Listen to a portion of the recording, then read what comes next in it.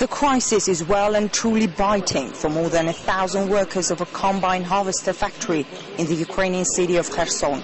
Having seen no salaries since September, they took the owner's office by storm, demanding compensation. How are we supposed to feed our families? Many have children here. Nobody thought about that. They were forcing us to retire, but I didn't. Where else can we go?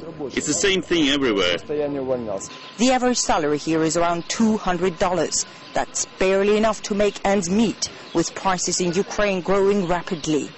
Alexandra, who works at the factory, says she lives in fear. Tomorrow, she'll have nothing left to be able to feed her family. All of them, including her son, who's also a worker at the same factory in Kherson, now live off the pension of Alexandra's husband, which is less than $100 a month. He has recently suffered a brain hemorrhage, and the strain is clearly taking its toll. You can't imagine what kind of life we live. I've spent half of my husband's pension on medicine for him, and that won't even last a month.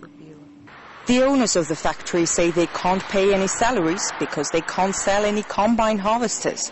The situation here is one of first explosions of public rage in Ukraine over the current economic crisis. Experts claim work at almost all factories and mines in the country is either suspended or under threat. Unemployment is expected to grow by 4 times in the spring, topping almost 4 million people.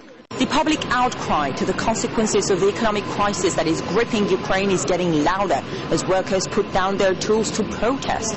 Unemployment in Ukraine is soon expected to hit levels not seen since the fall of the Soviet Union. What people want here is the government to stop the infighting and give them the helping hand they desperately need.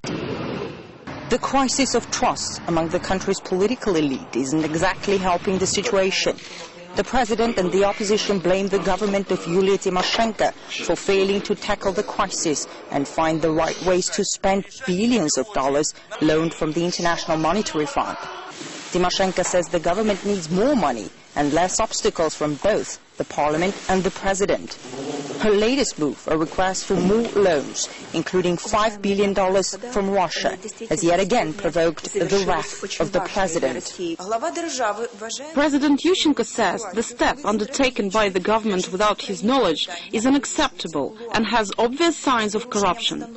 With the president and his government failing to agree upon ways out of the crisis, the country plunges ever deeper into a recession, which could leave millions of people without work.